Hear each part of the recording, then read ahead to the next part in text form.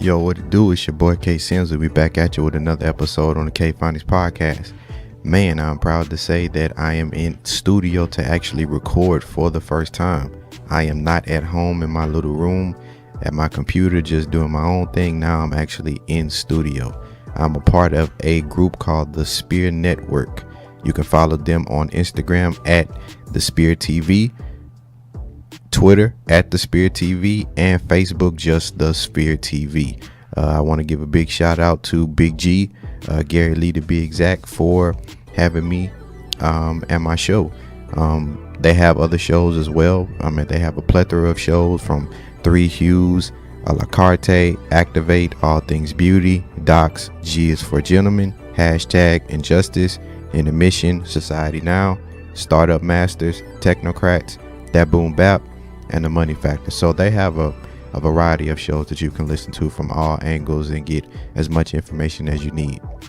So I'm happy to be a part of that. I'm sorry, you guys, I haven't been recording. My last video I think I recorded was the Danny Garcia fight, and that was approximately February 18th. And then immediately after that, I went on a cruise for a week, so I've been out of commission. But I am proud to say that I am back recording, and I will have more content. So let's jump right into the show. All right, the first segment that we're going to talk about is the sports segment, specifically boxing. So the big news, boxing is in a very peculiar place. Canelo Alvarez has tested positive for the PED Clenbuterol. Now, obviously, that drug is supposed to help aerobic activity by increasing aerobic capacity. Now, what is he specifically using the drug for? Well, he's using the drug to cut weight and improve his cardio. Now, if you saw the first fight, he gassed out probably in like the 5th or 6th round. So he definitely needs to improve his conditioning. Triple G was the older man at 35, and he looked like that he was 25. But the big deal about it that is having the boxing world at a buzz is the fact that whether or not he should be banned or not. Now, Canelo Alvarez is the cash cow of the division. So what does that mean? Meaning he's get special treatment. There was another fighter who tested positive for the drug, which was Lucas Brown. However, he was stripped of the belt and he was suspended. Now, he was a heavyweight, but nobody knew him. And other fighters that have known names, Eric Morales and Francisco Vargas, they used the excuse that Canelo Alvarez did. Now, what was that excuse? He used the excuse that he obtained the drug in contaminated meat. Now, contaminated meat is found in Mexico with the drug Clenbuterol, and Mexicans have been known to use that excuse for them testing positive for the drug. However, if this were a black fighter, he would be just bashed all over the media and his character would be assassinated to the highest order. Now, if this were Floyd Mayweather, man, this would be everywhere. Not only did people think he was boring, people think that he ran, people think that he was just everything up under the sun, but if he was exposed for cheating, oh man, this would be just the biggest uproar. Like literally the world would stop. Damn, man. It's just getting ridiculous. But this is the sanctioning body's fault. The WBC, WBA, IBF, the WBO, these guys are in it for the money. These guys are not in it for the right thing to do.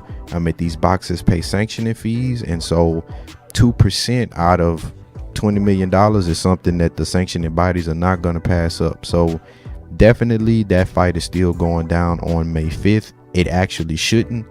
Triple G's camp is basically showing that they just keep continuing to get rooked. You got a guy who has no belts, who hasn't been in the division as long as Triple G has, but yet he continues to get more of the purse. He continues to get special treatment in terms of where the fight is going to be hosted, which will be back in Vegas once again. And also, he's not even backing out of the fight.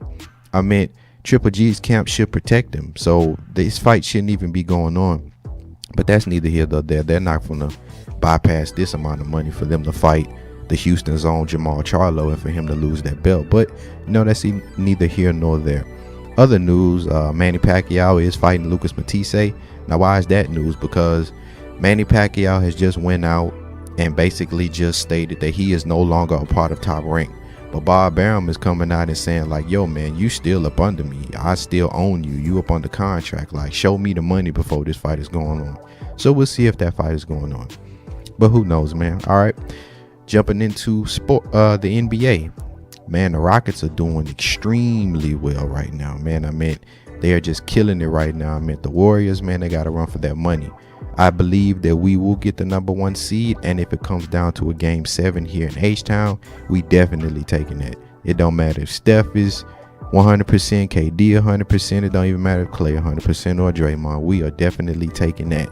CP3 and James Harden are definitely looking to make a statement. But that's in the West. In the East, man, LeBron has really got a big task up for him, man. I mean, his team is really kind of like the team that he had in 2007. I mean, everybody was making this big uproar. Was like, okay, we got rid of all of the turmoil, and then we got all these young players. But, I mean, they keep losing, man. I mean, they lost like 5 out of 7, and they keep losing to teams that are in playoff contention. I mean, it's getting really kind of ridiculous out here, man. I mean, LeBron just need to go ahead and just come to the H, man, and just come wreck shop, man. We got a lot to offer him. Damn, state taxes are great. I mean, hell, the cost of living is beautiful. I mean, we got a lot to offer him. The weather is better up here rather than down in Ohio. I mean, we just got a lot to offer, man. He can come down here and fuck with us, man. Shit. Also, in other news, Colin Kaepernick just hosted his workout. Hopefully he gets signed. And then also his teammate, once teammate Eric Reed, took to Twitter and stated that the reason why he's still not signed is because of the fact that he protested and he decided to kneel for the flag.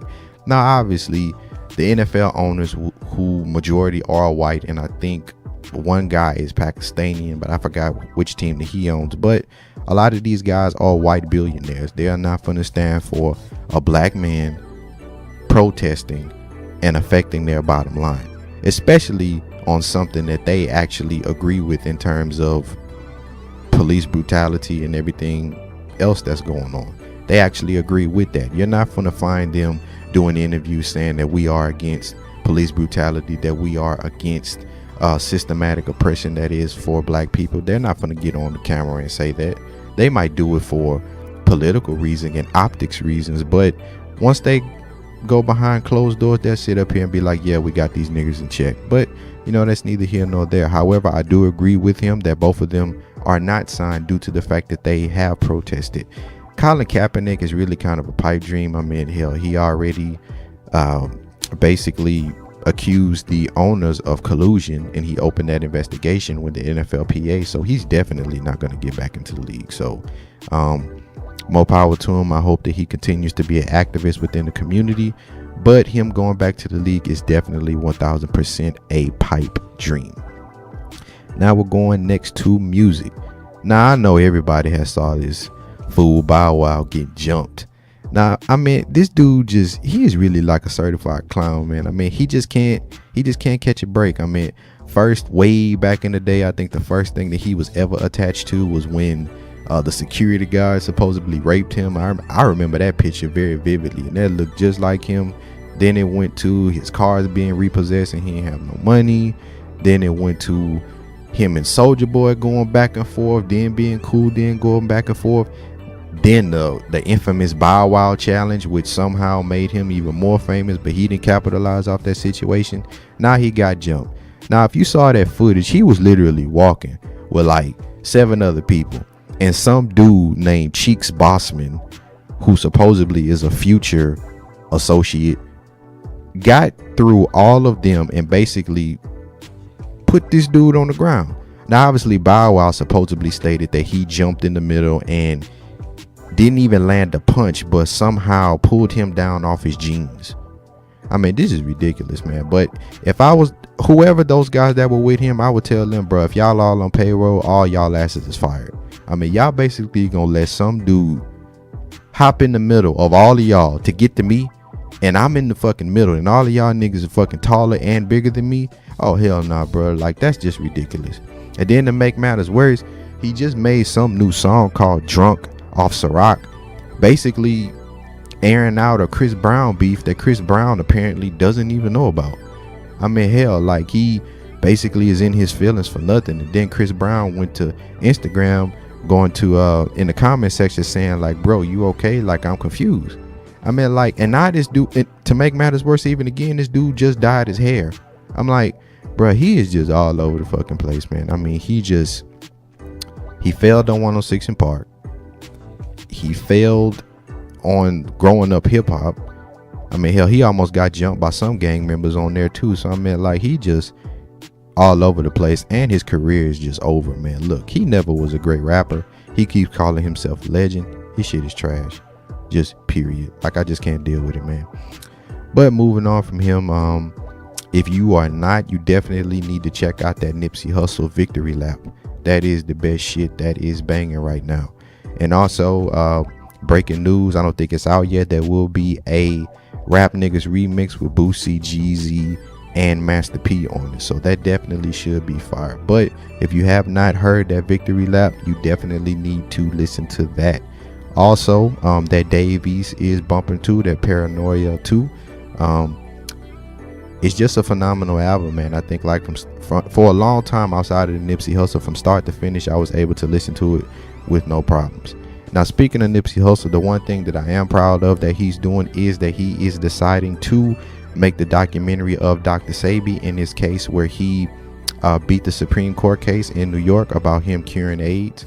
Hopefully he does put that documentary to light. That is a very important piece of information that the culture definitely needs. If you're not familiar with Dr. Sebi is most known for his alkaline diet. He is very inspirational in so many ways, and he has helped so many people out and given them great advice. So you definitely need to get information on Dr. Sebi if you haven't already. All right. Also, man, what's also good in the news is Atlanta is back on, man. Atlanta is a show that is created by Childish Gambino. It comes on the FX network, and it is just a damn dope show. The latest episode that I saw last night was the one with Cat Williams. I mean, this fool had a whole damn alligator in his damn house, and he fucking goddamn locked his damn girlfriend in his room just because of $50. The cops came to the goddamn door, and he ran out the fucking house like a damn crackhead, bro. It was the most hilarious shit ever. I mean, Atlanta is just like a phenomenal piece of work. You should check that out. Also, if you have not checked out The Chi, that definitely is one of the greatest shows outside of Power and Ballers and even Atlanta, man. I mean, just the show is just tremendous. The actors are great. My favorite character on there is Q and Emmett. Emmett is the guy who has all of the baby mama drama. Q is the guy who is the old school drug dealer who has morals and values within the community, and he does shit right. So definitely you need to check that out. Also, in the news segment, I'm sure everybody has heard about the teacher in Seaside City that has accidentally, well, yeah, I used the word accidentally had his firearm go off to injure a student. Now, this happened in Seaside, California.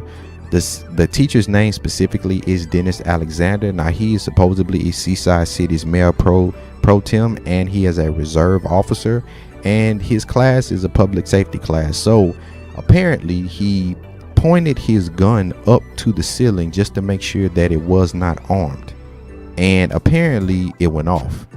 And when it went off, the bullet went through the air, and debris or even the fragments of the gun ricocheted off the ceiling and hit a 17-year-old child. Now, he had 9 life-threatening injuries, however, but still, you can't be that goddamn careless. Now, the parent is able to come out and do interviews saying like, hey, well, I understand if it's an incident, but now I understand why guns are not allowed in school. Okay, yeah, you saying that now, but if your child died, then what would happen? You know, you wouldn't even have that opportunity for you to come on and say, well, guns should be allowed to school. And this is after the wake of Nicholas Cruz, who was the 19-year-old boy who had that shooting in Parkland, Florida, where he killed 17 students. You know, like, you can't be that careless, especially after we just had that story of that young man going into that school and killing 17 people. Now, obviously, in his case, supposedly they're seeking the death penalty because the grand jury already stated that he had 17 counts of premeditated murder and 17 counts of attempted murder. Now they're seeking the death penalty on him. However, I mean, you can't be that careless after we just had that story. I mean, damn, man. I mean, it's just ridiculous. I mean, right now the guy's on administrative leave. However, I know Donald Trump obviously proposed teachers to have guns in school. However, I mean, that's going to be a very, very, very bad thing to do.